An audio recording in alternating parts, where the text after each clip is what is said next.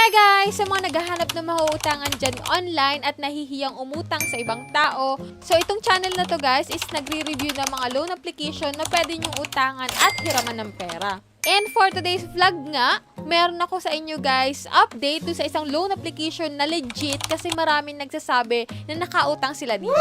So ito guys, loan application na to is hindi lang basta 7 days, hindi lang to guys basta 15 days or 30 days. Ito guys is pwede sa 6 months, 9 months, and 12 months. So hindi lang to guys, ito yung patent 10,000. So ito pwede ko dito makaloan ng 1,000 to 250,000 pesos. And yung kanyang interest rate guys is 1.5% lang. So bago tayo magpatuloy dun sa ating loan application na yun guys, sa mga gustong sumali sa ating pa-GCash giveaway, weekly po tayo namimigay ng ating pa-GCash. So tuwing Monday po yung announcement ng ating mga winners. And then sa last Monday po ng September, mamimigay tayo ng isang lucky winner ng cellphone.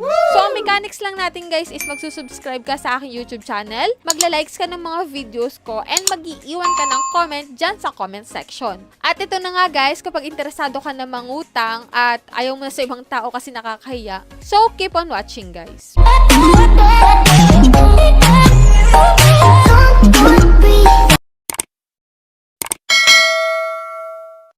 So yan guys, disclaimer, so hindi tayo agent or promoter nito. So dito guys, i-update ko kayo at i-share ko kung anong meron sa loan application na to. So para sa mga first time dyan, at first time dito sa aking YouTube channel, ipapakilala kong muli sa inyo guys si Skyro. Dating pangalan nito guys is si Moneri, so napalitan na, ngayon ay si Skyro na. So ito nga guys ay legit. So marami nga nagko-comment doon sa last video ko about kay Skyro na legit nga itong nagpapautang si Skyro. And then legit siya kasi meron siya guys representative, loan representative na tatawagan ka at pupuntahan ka mismo dun sa bahay mo para kunin yung mga documents mo, yung mga requirements mo. Diba dun sa mga loan application na na-applyan natin, online lang, tapos walang loan representative na nagpapakita sa atin. So dito guys, meron.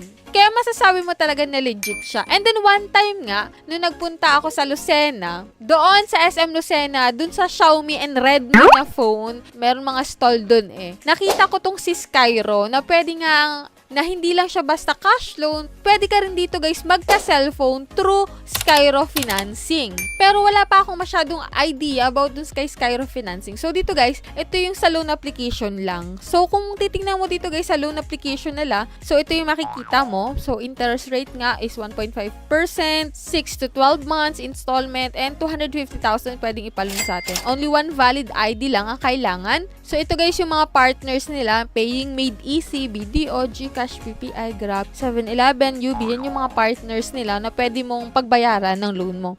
And then ito nga guys, meron ditong mga reviews. Ito nga guys kay Kuya Robert Pagkalinawan. So gusto ko yung approach ng Skyro, hindi kakakabahan kung scam ba yung loan kasi may representative kang kausap na pupuntahan ka pa kung saan mo gusto. O diba? Meron nga silang loan representative dito.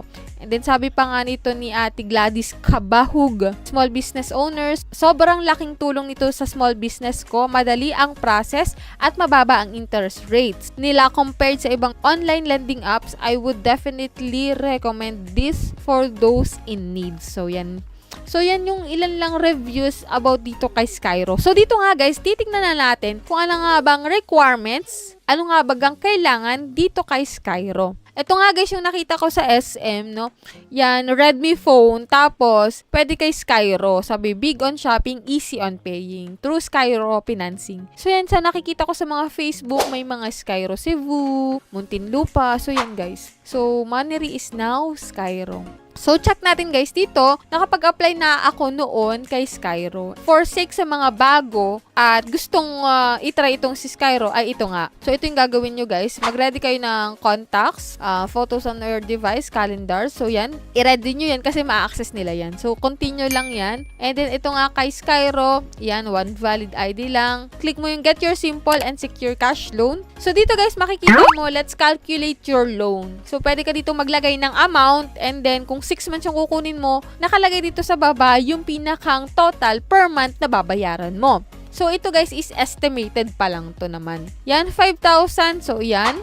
Kapag 9 months, ito naman, 698 per month. And kapag 12 months is 535 per month. kapag 5,000 yung loan amount mo. So, nagtry ako dito guys, 5,000 6 months. So, apply for this loan. So, ano yung mga requirements na kailangan dito kay Skyro? So, dito may mga fill upan ka or sasagutan ka. So, dito, reason for getting a loan. So, yan, pili ka lang kung anong reason mo kung bakit ka naglo-loan dito kay Skyro. So, yan, let's start with the basics. Ito yung mga fill upan mo dito. Name lang yan. And then, next, click mo. And then, ito yung mga ID na available dito. So, need mo po dito mag-provide ng primary ID and then ng secondary ID. So, dito guys, ang additional identity document is TIN ID, SSS ID, GSIS ID, and UMID. And then, ito na nga guys, pwede rin dito yung PLC's ID or National ID, PRC ID, and driver's license. Yan. So, dito, kung makikita mo, meron sila dito customer care na kung saan is nasagot talaga sila guys. Meron ka pwedeng makausap talaga. So, continue the application. So, dito, click mo yon, magpipicture ka ng ID mo. May chance ka rin dito na ma-increase yung approval mo kapag na-verify mo yung SSS mo, NBI clearance, virtual pag-ibig, yon. Pwede mo naman din itong i-skip this step kung wala ka namang ganito, kung ayaw mong i-verify. So, yan, pwede mo yung i-skip and then yon. Pero kung ako sa'yo, i-verify mo para dagdag points na rin, para high chance of approval yung iyong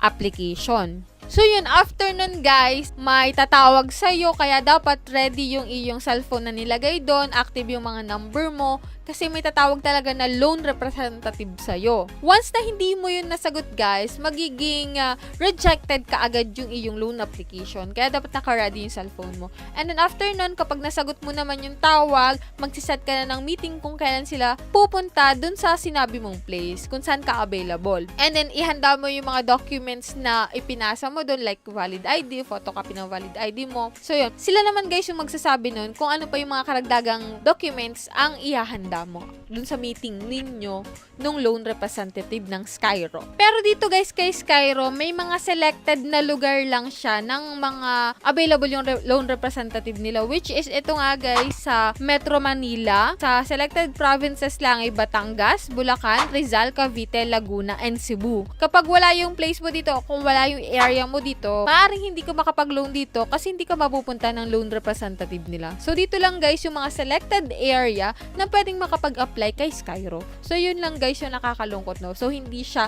nationwide. So kung ikaw naman ay nakatira doon sa isa sa place na mga nabanggit ko, is pwede ka makapag-apply dito. May chance ka na ma-aprobahan dito kay Skyro. So yun lang guys yung vlog natin and update natin dito kay Skyro. Para po sa mga nakapag-loan na dito kay Skyro, i-share nyo naman guys yung mga naging experience nyo ng pag-loan dito kay Skyro dyan sa comment section. Para naman maging aware yung iba and then magkaroon ng idea kung paano ma-approve at hindi ma-reject dito.